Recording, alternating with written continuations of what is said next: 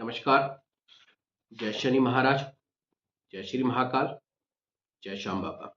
तो चलिए आज हम ज्योतिष शास्त्र के अनुसार उस कुंडली के बारे में चर्चा करेंगे जिसे देखने से व्यक्तित्व के विवाह संबंध को लेकर, लव लाइफ को लेकर और विवाह के बाद कितना सुख स्थायी रहेगा यह पता चलता है।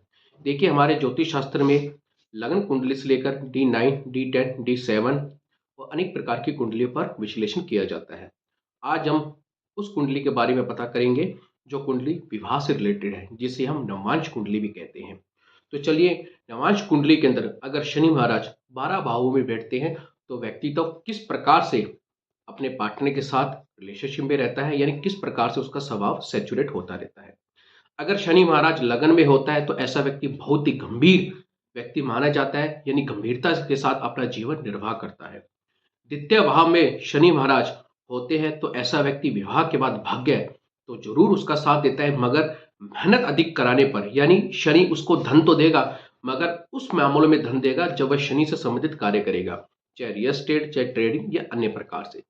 तृतीय भाव में जब शनि महाराज होते हैं तो ऐसा व्यक्ति कठोर परिश्रम करता है, बार बार सफलता लाता है और विवाह के बाद अचानक से उसके जीवन के अंदर उथल पुथल देखने को मिलती है।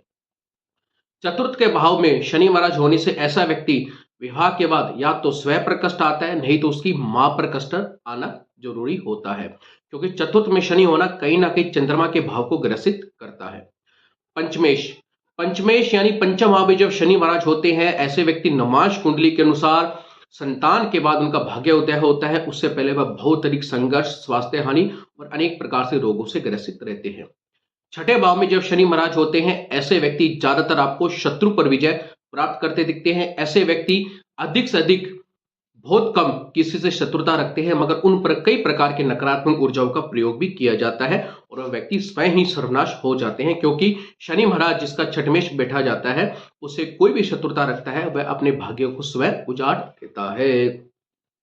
सप्तम भाव में जहां शनि महाराज विराजमान होते हैं, सप्तमेश शनि पत्नी का कारक, ऐसे व्यक्ति अपनी पत्नी से बहुत अधिक सोच की तालमेल रखते हैं, विवाह और हंसमुख तरीके से आगे का जीवन बीतता है।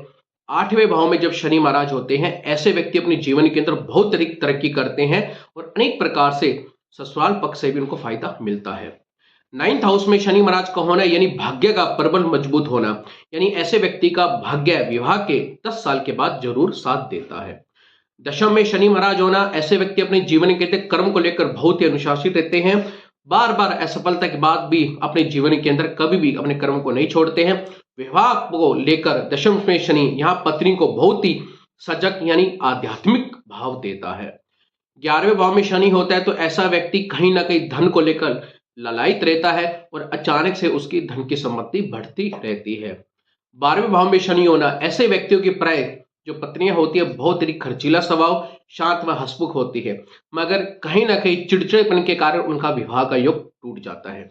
नमस्कार। अधिक जानकारी के लिए कॉल करें, लाइक करें, सब्सक्राइब करें और हमारे यूट्यूब चैनल को और हमारे फेसबुक, इंस्टाग्राम के पेज को फॉलो, सब्सक्राइब, लाइक करते रहिए, ताकि आपको ज्योतिष के माध्यम से अनेक अनेक टॉपिक पर चर्चा करते रहेंगे।